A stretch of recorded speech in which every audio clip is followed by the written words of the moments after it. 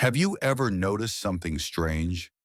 The harder you try to start a conversation, the faster it seems to end.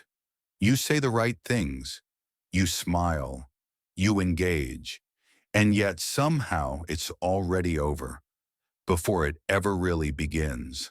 What's strange is that this doesn't happen because you said the wrong thing. It happens because you're trying too hard.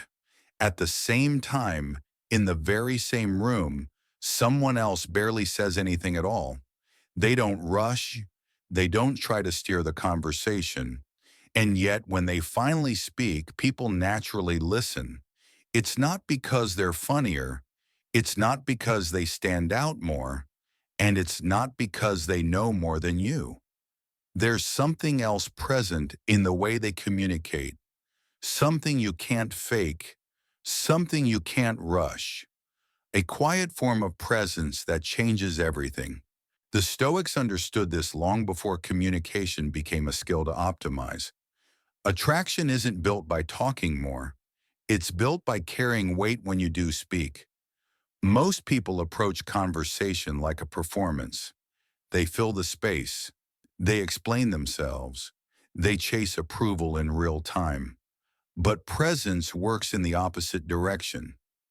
Presence means you're not trying to impress. You're not rushing to be understood. You're not afraid of pauses. These aren't tricks or techniques. They're signals. Signals of curiosity, self-respect, clarity, and restraint.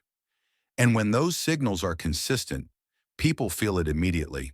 They may not be able to explain why, but they trust it. Here are a few simple phrases and one quiet habit that carry that kind of weight. The first is simple but rare. Tell me more about that. Most people listen just long enough to respond. They wait for their turn. They redirect the conversation back to themselves. But when you say, tell me more about that, and then you stop talking, something shifts. You give real attention, not advice, not comparison, just presence. People don't remember you because you were interesting. They remember you because they felt interesting around you. The second signal is even shorter. I don't know. Three words that almost no one is comfortable saying. When faced with uncertainty, most people improvise. They bluff, they soften the truth, they try to sound competent, but pretense leaks, and people feel it. Someone who calmly says, I don't know, without apology or explanation, sends a different signal. Honesty, self-trust, a mind that doesn't need to perform. Confidence doesn't come from always having an answer. It comes from not being threatened by the absence of one. The third signal is often overlooked, but powerful. I hear you. Not advice, not fixing, not minimizing, just recognition. When someone is stressed or overwhelmed, they don't need solutions first. They need to know they're understood. I hear you creates space, and space builds trust. Now we reach the most misunderstood signal of all, silence. Most people are uncomfortable with it. They rush to fill it with noise. They mistake quiet for failure. But silence, when you're truly at ease with it, is strength. Watch someone who's comfortable with silence. They don't interrupt themselves. They pause before answering. They don't rush to fill every gap. And when they finally speak, people listen, because their silence signals that what comes next matters. The Stoics believed that when you stop running from silence, you stop running from yourself.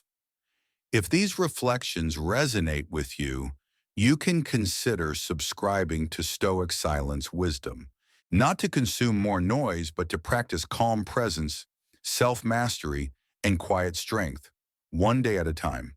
The final signal is a single word. No, not defensive, not angry, not explained away. Just no. Most people say yes out of habit, out of guilt, out of fear of being disliked. But every unnecessary yes costs you something: your time, your focus, your peace. Someone who can calmly say no without apology or justification communicates self-respect. And boundaries don't push the right people away. They reveal who belongs. These signals work for one reason. They're not performances. They're expressions of presence, curiosity instead of ego, honesty instead of pretending, recognition instead of control, silence instead of noise, boundaries instead of overextension. Attraction isn't about adding more to who you are. It's about removing what doesn't belong: the need to impress, the fear of pauses, the habit of explaining yourself. And when you stop performing, people stop watching the act and start noticing the person. Choose one of these signals. Practice it in the next 24 hours.